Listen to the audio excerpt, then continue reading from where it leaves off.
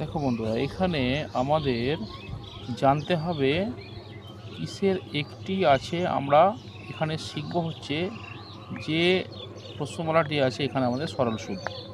সরল সুদের আমাদের একটি ফর্মুলা দিয়ে সমস্ত অঙ্ক হয়ে যাবে। সেই ফর্মুলাটি হচ্ছে I = PRT/100।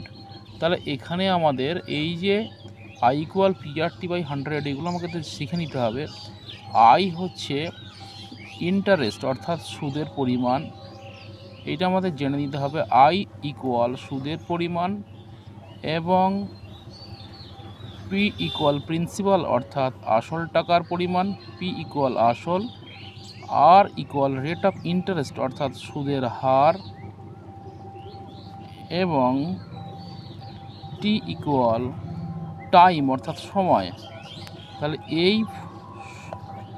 এই কটি জিনিসের মধ্যে কিন্তু আমাদের I = সুদের পরিমাণ, P = আসল, আর ফর রেট অফ ইন্টারেস্ট অর্থাৎ সুদের হার, T = সময়। তাহলে যত কিছু প্রবলেম এই কোষে দেখি 2 সরল সুদের যত কোশ্চেন আমাদের আছে কিন্তু এই একটি ফর্মুলা দিয়ে কিন্তু তোমাদের সমস্ত কিছু কোশ্চেন সলভ হয়ে যাবে। ঠিক আছে, চলো আমরা 1 নম্বর অঙ্কটি কি আছে দেখা যাক কোষে দেখি 2-তে। দেখো কোষে দেখি 1 নম্বর অঙ্কটি কি বলছে। 2 বন্ধু একসঙ্গে একটি ছোট ব্যবসা চালাবার জন্য বার্ষিক 12% সরল সুদের হারে একটি ব্যাংক থেকে 15,000 টাকা ধার নিলেন।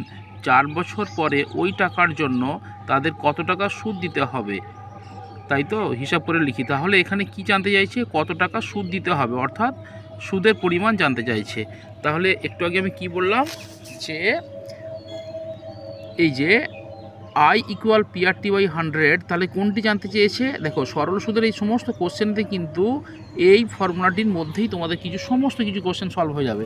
তাহলে হয় জানতে চাইবে যে তোমার I = কত অর্থাৎ সুদের পরিমাণ কত, হয় জানতে চাইবে প্রিন্সিপাল অ্যামাউন্ট অর্থাৎ আসল টাকার পরিমাণ কত, অথবা জানতে চাইবে রেট অফ ইন্টারেস্ট কত জানতে চাইবে, অথবা জানতে চাইবে কত সময়ের জন্য টাকাটি ইনভেস্ট করা হয়েছে অর্থাৎ টি = কত, টাইম = কত। এই 4টি ফান্ডাই থাকবে। I = ইন্টারেস্ট অর্থাৎ সুদের পরিমাণ জানতে চাইবে, অথবা P = প্রিন্সিপাল অর্থাৎ আসল টাকার পরিমাণ জানতে চাইবে, অথবা রেট অফ ইন্টারেস্ট R = কত, অথবা টাইম = কত। কিছু কোশ্চেনের ক্ষেত্রে দুটো করে কোশ্চেন জানতে চাওয়া হয় অর্থাৎ আসল টাকার পরিমাণ আবার রেট অফ ইন্টারেস্ট অর্থাৎ সুদের হার এবং আসল টাকার পরিমাণ কত জানতে চাওয়া হয়। এগুলো আমরা এক এক করে দেখব এই প্রশ্নমালাটা দিয়ে আছে। তাহলে 1-এর দাগে প্রশ্নমালাটা কি হলো, আমাদের সুদের পরিমাণ জানতে চেয়েছে। চলো এবার লিখি আমি। তাহলে এই ফর্মুলাটা আমি আবার লিখে নিই। এখানে দেখো I = PRT/100 আবার লিখলাম। I = PRT/100 জানতে চাইছে। তাহলে আমার এই অঙ্কটিতে তাহলে I = তাহলে P কত, দেখো P কত দেওয়া আছে এখানে, আসল টাকার পরিমাণ তোমার দেওয়া আছে কত, 15,000 দেওয়া আছে। কেমন, তাহলে I = লিখলাম 15,000। আচ্ছা, এগুলো সব গুণ আকারে আছে, মাল্টিপ্লাই আকারে আছে। তাহলে R = কত, রেট অফ ইন্টারেস্ট আমাদের বলে দিয়েছে 12। আচ্ছা, T = কত বলে দিয়েছে, দেখো 4 বছর বলেছে, আর নিচে আমরা 100 লিখে দিলাম, নিচে 100 লিখে দিলাম। চলো সিম্পলি কাটাকাটি করে দাও, 0 0 কেটে গেল, এখানে 0 0 কেটে গেল। তাহলে কত হলো, তাহলে উপরে রইল কত আমার 150 × 12 × 4। সিম্পলি গুণ করে দাও। তাহলে 4 15 60 হচ্ছে ইন্টু, তাহলে কত হলো 6 12 72, 7,200 টাকা হচ্ছে অ্যান্সার। তুমি এখানে লিখে দাও, সিম্পলি লিখে দাও যে অর্থাৎ 4 বছর পরে সুদ হিসাবে 7,200 টাকা দিতে হবে। ঠিক আছে, হয়ে গেল। তাহলে অঙ্কটির মধ্যে কি জানতে চেয়েছে, I = জানতে চেয়েছে। ঠিক আছে, তো আমি আবার রিপিট করছি, I = জানতে চেয়েছে, P = ধরো দেওয়া আছে তোমার কত, আসল দেওয়া আছে 15,000, আর T = দেওয়া আছে 2, আর রেট অফ ইন্টারেস্ট দেওয়া আছে 12%।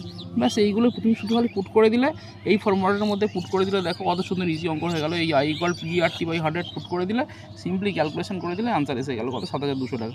তুমি শেষে অঙ্কটা শুধু সিম্পলভাবে করে দাও যে এখানে আমাদের আনসারটা কত হবে। তাহলে 4 বছর পরে তাদের জন্য ওই টাকার জন্য তাদেরকে সুদ দিতে হবে কত, 7,200 টাকা। ঠিক আছে, উত্তর হয়ে গেল। 2 নম্বর প্রশ্নটি দেখো। 2 নম্বর প্রশ্নটি কী বলছে, 2005 সালের 1 জানুয়ারি থেকে 27 মে পর্যন্ত বার্ষিক 6% সরল সুদের হারে 2000 টাকার সুদ কত হবে নির্ণয় করি। একই জানতে চেয়েছে, এখানেও সুদের পরিমাণ জানতে চেয়েছে, কিন্তু এখানে সময়টি একটু খেয়াল রাখতে হবে, সময় কিন্তু বছরে দেওয়া নেই, ওটিকে আমাকে বছরে কনভার্ট করে নিতে হবে। দেখো তাহলে 2005 সাল থেকে 2005 জানুয়ারি থেকে 27 মে পর্যন্ত কত সময় হচ্ছে। দেখো তাহলে এখানেও আমি লিখে রাখি সেই সেম ফর্মুলা লিখবো আমি, আই ইকুয়াল PRT/100, তাই তো, আই ইকুয়াল PRT/100। দেখো এখানে তুমি দেখো পরিষ্কার করে, তোমাকে পি ইকুয়াল কত আমরা জানি, পি ইকুয়াল তোমার হচ্ছে আসলের পরিমাণ। তাহলে আসলের পরিমাণ এখানে কত বলেছে, এখানে বলেছে আসলের পরিমাণ বলেছে 2000 টাকা, লিখে নিলাম। আচ্ছা তোমার আর ইকুয়াল কত, আর ইকুয়াল পরিষ্কার বলে দেওয়া আছে, আর ইকুয়াল 6%, অর্থাৎ রেট অফ ইন্টারেস্ট হতে 6%। আর তোমার টি ইকুয়াল কত, টি ইকুয়াল দেখো এখানে টি ইকুয়াল কিন্তু তোমার একটু আমাদেরকে ভালো করে একটু ভেবে নিতে হবে, এটা কিন্তু বছরে দেওয়া নেই আগের একের দিকের অঙ্কটার মতো। তাহলে এখানে বলেছে টি ইকুয়াল বলেছে, দেখো জানুয়ারি কত সাল বলেছে, এখানে জানুয়ারি 2005 সাল, এটা খেয়াল রাখতে হবে, জানুয়ারি 2005 সাল থেকে কত 27 মে পর্যন্ত, 27 মে। দেখো তাহলে এখানে টাইমটা তোমাকে এখানে বুঝে নিতে হবে একটুখানি। জানুয়ারি হচ্ছে তোমার, জানুয়ারি কত, জানুয়ারি হচ্ছে আমাদের কত দিনে জানুয়ারি হয় আমরা জানি, 31 দিনে জানুয়ারি হয়। আচ্ছা ফেব্রুয়ারি হচ্ছে তোমার, ফেব্রুয়ারি যেহেতু 2005 সাল এটা লিপ ইয়ার নয়, তাহলে 28 দিন হবে। আচ্ছা মার্চ মাস হচ্ছে তোমার 31 দিন। আচ্ছা এপ্রিল হচ্ছে তোমার 30 দিনে হয়। আর মে মাসে কতদিন হবে, দেখো মে মাসে বলেছে এখানে 27 মে পর্যন্ত, দ্যাট মিন্স তোমাকে এটা 26 দিন ধরতে হবে। তাহলে টোটাল করে নাও, 8 রেখে 9 রেখে 10 10 7 6 16 6 হাতে 1 4 2 6 3 9 3 12 2 14, তাহলে 146 দিন হচ্ছে। দেখো তাহলে 146 দিন যদি হয়, তাহলে আমি এটাকে যদি 365 দিয়ে ডিভাইড করে দিই, তাহলে এটা বছরে কনভার্ট হয়ে যায়, তাই তো। তাহলে 5 এটা তোমার 73 দিয়ে যায়, 73 দিয়ে গেলে 2, 73 দিয়ে গেলে 5, তাহলে ওটা তোমার হচ্ছে কত 2/5, এটা বছরে কনভার্ট হয়ে গেল। এবার তুমি এখানে এসো, সূত্রটাতে জাস্ট খুবই অ্যাপ্লাই করে দাও। তাহলে আয়ের পরিমাণ আমার জানতে চেয়েছে, তাহলে আমি পি পেয়ে গেলাম। পি কত পেয়ে গেছি, পি দেখো এখানে এই যে তোমার পি এর পরিমাণ হচ্ছে 2000 টাকা, তাহলে 2000 টাকা বসিয়ে দাও, মাল্টিপ্লাই বাই আর সমান 6। আর টি কত হলো, এখানে আমার টি বেরিয়েছে এই যে তোমার হচ্ছে 2/5, তাই তো। তাহলে 2/5, এটা কিন্তু খেয়াল রাখতে হবে, বাই 100। সিম্পলি কাটাকাটি করে দাও, এই জুড়ে কেটে গেল, এখানে এই জুড়ে কেটে গেল, 5 দিয়ে 20কে কাটলে 4 হলো, তাহলে 4 4 24, 24 ওখানে 48, দেখো তাহলে এখানে 48 টাকা, ব্যাস অ্যান্সার বেরিয়ে গেল, এটা অ্যান্সার বেরিয়ে গেল। এবার তুমি সিম্পলি উত্তর লিখে দাও যে অতএব সুদের পরিমাণ কত, তোমার হচ্ছে 48 টাকা। ঠিক করলাম তো নাকি, দেখো হ্যাঁ একদম সুদের পরিমাণ 48 টাকা, ঠিক আছে, ব্যাস হয়ে গেল উত্তর।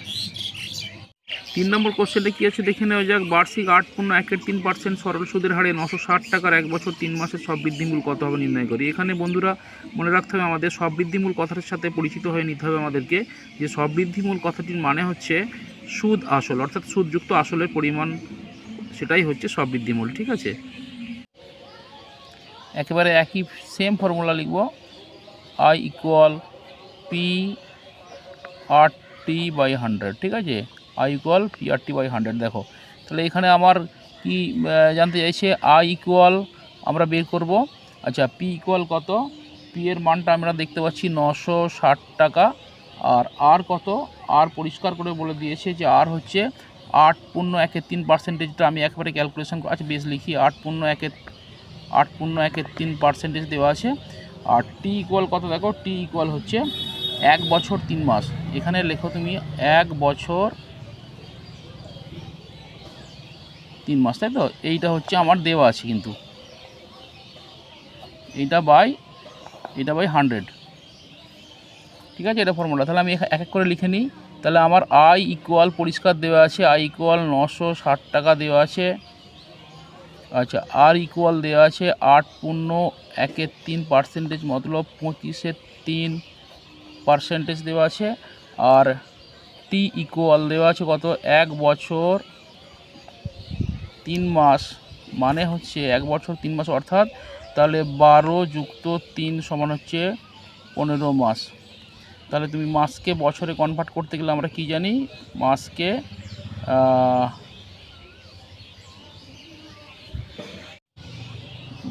না, মাসকে তোমার হচ্ছে 12 দিয়ে ভাগ করে দাও, তাহলে সেটা বছরে কনভার্ট হয়ে যাবে। 3 দিয়ে কাটো, 3 5 15, 3 4, তাহলে এটা হচ্ছে 5 4 বছর হলো।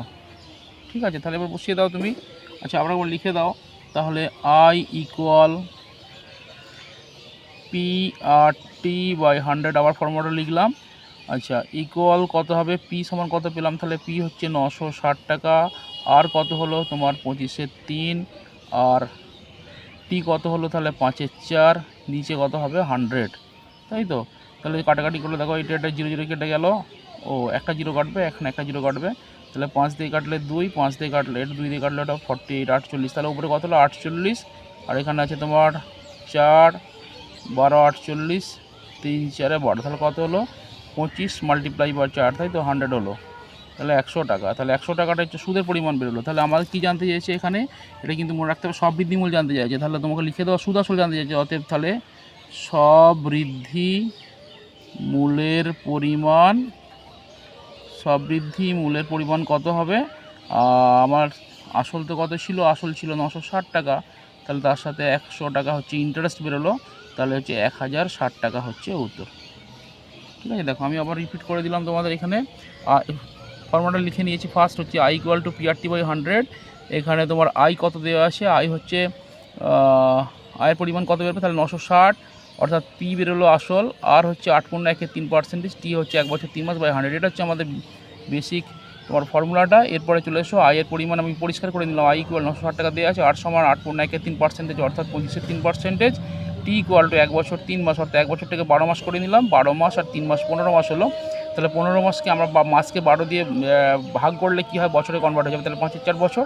এবারে তুমি ফর্মুলাটাতে পুট করে দাও। I = PRT/100, আয়ের জায়গায় লিখলাম 960, আর হচ্ছে 25/3, আর হচ্ছে তোমার এখানে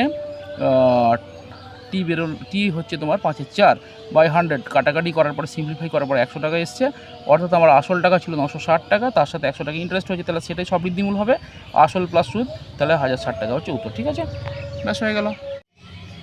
কোশ্চেন নম্বর 4 কি বলছে দেখো, উৎপলবাবু তার জমি চাষের জন্য সমবায় ব্যাংক থেকে বার্ষিক 6% সরল সুদের হারে 3200 টাকা 2 বছরের জন্য ধার নিলেন। 2 বছর পরে সুদে আসলে তাকে কত টাকা শোধ করতে হবে হিসাব করে দেখি। তার মানে এখানেও বলতে চাইছে সববৃদ্ধিমূল কত। ঠিক আছে, সেম ফর্মুলা লেখো। PRT/100, আয় বের করার পরে আসলটা অ্যাড করে দেবে, তাহলে সেটাই সববৃদ্ধিমূল হয়ে যাবে।